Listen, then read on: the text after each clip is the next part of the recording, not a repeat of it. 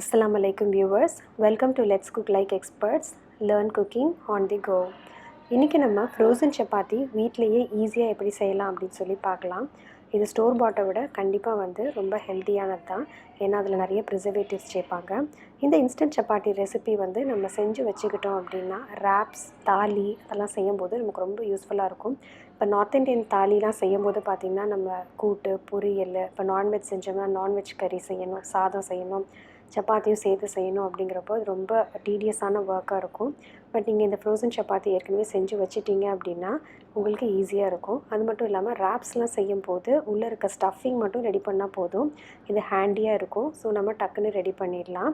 ஒரு ரோட்டியோட தாலோட கூட இந்த ரோட்டியை சர்வ் பண்ணுறதுக்கு உங்களுக்கு தால் ரெடி பண்ணிவிட்டு ஈஸியாக நீங்கள் இதை குக் பண்ணிடலாம். இந்த readymade roti at home bachelors and working மாம்ஸ்க்கு ரொம்ப யூஸ்ஃபுல்லாக இருக்கும். ஒரு வாரத்துக்கு தேவையானதை அவங்க வீக்கெண்ட்ஸில் செஞ்சு வச்சுக்கலாம். ஒரு வாரத்தில் இது காலி பண்ணிடுறது என்னுடைய சஜஷன். பட் இது 2 வீக்ஸ் வரைக்கும் வச்சு கூட சாப்பிடலாம். இது எப்படி பண்ணலாம் அப்படின்னு பார்க்கலாம். மாவு நம்ம இலக்கமாக பண்ணிடணும்.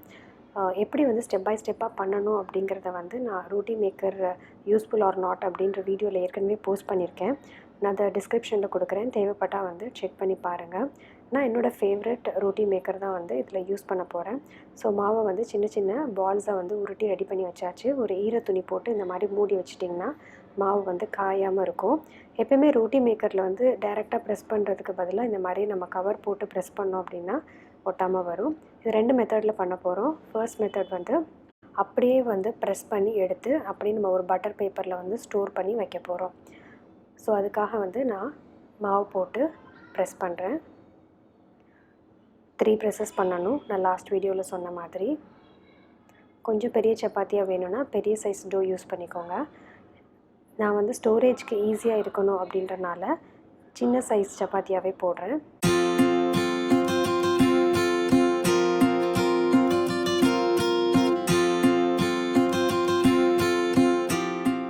இப்போது நம்ம சப்பாத்தி ரெடி ஆகிடுச்சு.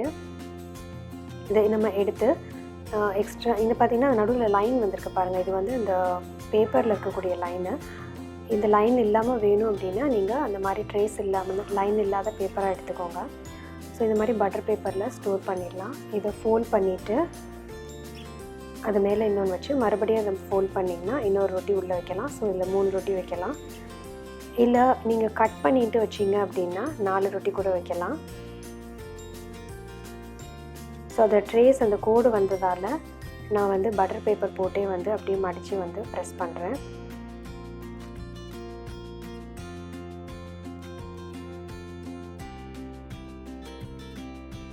ஸோ ஒரு செட்டில் நான் 3 ரொட்டி வச்சுருக்கேன்.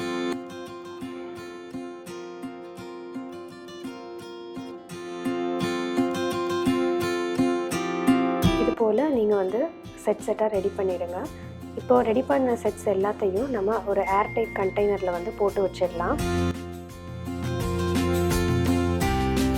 இப்போ மெத்தட் 2ல் என்ன பண்ண போகிறோம்னா நம்ம ப்ரெஸ் பண்ண ரொட்டியை ஜஸ்ட்டு டோஸ்ட் பண்ணிவிட்டு அதுக்கப்புறமா ஸ்டோர் பண்ண போகிறோம். அதே போல் தான் நான் ப்ரெஸ் பண்ண ரொட்டியை எல்லாத்தையும் எடுத்து வச்சுக்கிறேன். இதையும் கவர் பண்ணி வச்சுருக்கேன், அப்போ தான் அந்த ஈரப்பதம் போகாது. இப்போ என்ன பண்ணுறேன்னா ஒரு தோசைக்கல்லை நல்லா சூடு பண்ணிவிட்டு இந்த இருக்கக்கூடிய எக்ஸ்ட்ரா மாவெல்லாம் நல்லா தட்டி விட்டுட்டு 2 சைடும் 10 செகண்ட்ஸ் டோஸ்ட் பண்ண போகிறோம். அதுக்கப்புறம் மறுபடியும் ஃபர்ஸ்ட் சைடை இன்னொரு 10 செகண்ட்ஸ் டோஸ்ட் பண்ணுறோம். ஸோ எடுத்து ஒரு பிளேட்டில் வச்சுருங்க. So first side 10 seconds, second side 10 seconds, மறுபடியும் ஃபர்ஸ்ட் சைட் இன்னொரு 10 செகண்ட்ஸ். இப்போ இந்த சுட்டு வச்சுருக்க ரொட்டி பாருங்கள், ஜஸ்ட் அந்த ஸ்பாட்ஸ் மட்டும்தான் இருக்கும், நல்லா வெந்திருக்காது. ஈரப்பதம் போகணும் அப்படின்றக்காக மட்டும்தான் நம்ம டோஸ்ட் பண்ணுறோம். ஸோ இது போல் எல்லா சப்பாத்திஸையும் டோஸ்ட் பண்ணிவிட்டு நல்லா ஆற வச்சுருங்க.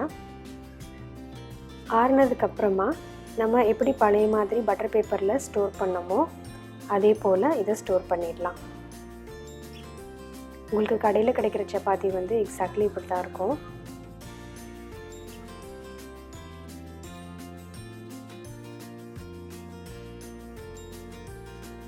நீங்கள் இதை ஷீட்ஸ் இல்லாமல் கூட ஸ்டோர் பண்ணலாம். ஆன் த சேஃபர் சைடு இந்த ஷீட்ஸ் போட்டு வைக்கிறது ரொம்ப நல்லது. ஏன்னா நமக்கு எடுக்கும்போது எந்த விதமான டிஸ்டர்பன்ஸும் ஒன்றோட ஒன்று ஒட்டாமல் ஈஸியாக வரும். அதுக்காக தான்.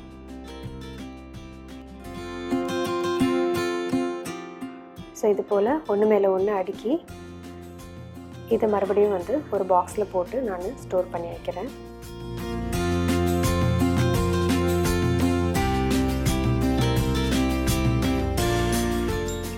ஸோ கீழே இருக்கிறதுல பார்த்தீங்கன்னா மெத்தட் 1ல் செஞ்சது டோஸ்ட் பண்ணாத சப்பாத்தீஸ், மேலே இருக்கக்கூடிய அந்த பாக்ஸில் வந்து மெத்தட் 2ல் செஞ்சது டோஸ்ட் பண்ண சப்பாத்தீஸ். நீங்கள் வந்து ஜிப்லாக் பேக்கில் கூட போட்டு இந்த மாதிரி ஸ்டோர் பண்ணி வைக்கலாம். இப்படி வைக்கும்போது நல்லா ஷேப் மாறாமல் வைங்க. இப்போ ஃப்ரோசன் ரொட்டீஸ் எடுத்து நம்ம எப்படி யூஸ் பண்ண போகிறோன்னு பார்க்குறோம். இப்போ நீங்கள் அதை யூஸ் பண்ணுறதுக்கு ஒரு 1/2 அன் ஹவர் முன்னாடி எடுத்து வச்சா ரொம்ப நல்லது. அப்படி இல்லாட்டி அட்லீஸ்ட் ஒரு 15 மினிட்ஸ் முன்னாடி எடுத்து வச்சுருங்க. ஸோ இதை பார்த்தீங்கன்னா இது மெத்தட் 1ல் பண்ணது டோஸ்ட் பண்ணாத ரொட்டீஸ் பார்த்தீங்கன்னா அப்படியே ஃப்ரெஷ்ஷாக இருக்குது. லைட்டாக அந்த தண்ணி இருந்தாலும் கூட நம்ம நடுவில் ட்ரேசிங் பேப்பர் இருக்கறனால ஒன்றோட ஒன்று ஒட்டாது, ஈஸியாக எடுத்துடலாம். இது வந்து மெத்தட் 2ல் பண்ணது டோஸ்ட் பண்ண ரொட்டீஸ். இது பார்த்திங்கன்னா நல்லாவே ஸ்டிஃபாகவே இருக்கும். நம்ம ஜிப்லாக் பேப்பரில் போட்டதும் கூட நல்லாயிருக்கும். ஆனால் இதில் ஒரே ஒரு கண்டிஷன் என்னென்னா நம்ம வந்து கரெக்டாக வைக்கணும், அந்த ஃப்ளாட் சர்ஃபேஸில் வைக்கணும். ஃப்ரீசரில் வைக்கும்போது கொஞ்சம் குண்டக்க மண்டக்க வச்சோம் அப்படின்னா அது வந்து ஷேப் பிஞ்சிடும். இப்போ நல்லா தவாவை வந்து சூடு பண்ணிவிட்டு ஃபர்ஸ்ட் மெத்தடில் செஞ்ச சப்பாத்தியை வந்து நான் போட்டு எடுக்கிறேன். சப்பாத்திலே நான் வந்து எண்ணெய் ஊற்றி பிசைஞ்சிருக்கேன் மாவு பிசையும் போதே அப்படிங்கிறனால நான் சுடும்போது எந்த விதமான எண்ணெயும் ஊற்றலை. நீங்கள் தேவைப்பட்டால் இதில் கூட எண்ணெய் ஊற்றி சுடலாம். நல்லா ஃப்ளஃபியாக எவ்வளோ ஃப்ரெஷ்ஷாக இருக்க மாதிரி இருக்குது பாருங்கள். நம்ம அப்போது மாவு பிசைஞ்சு சுடுற சப்பாத்தி போலேயே இருக்கும். ஏற்கனவே ரெடி பண்ணி வச்சோம் அப்படிங்கிற டிஃப்ரென்ஸே இருக்காது.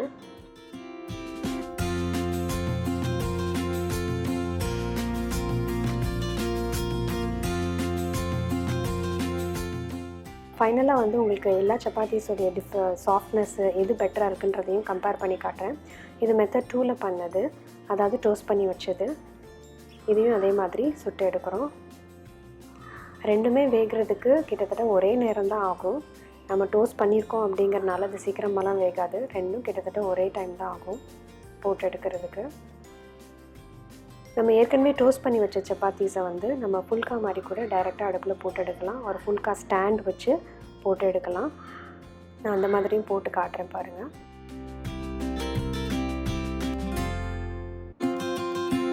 நான் சொன்னது போல் ஃபுல்கா ஸ்டாண்ட் இருந்ததுன்னா ரொம்ப ஈஸியாகவே போட்டுடலாம். அது மேலே வச்சிடலாம்.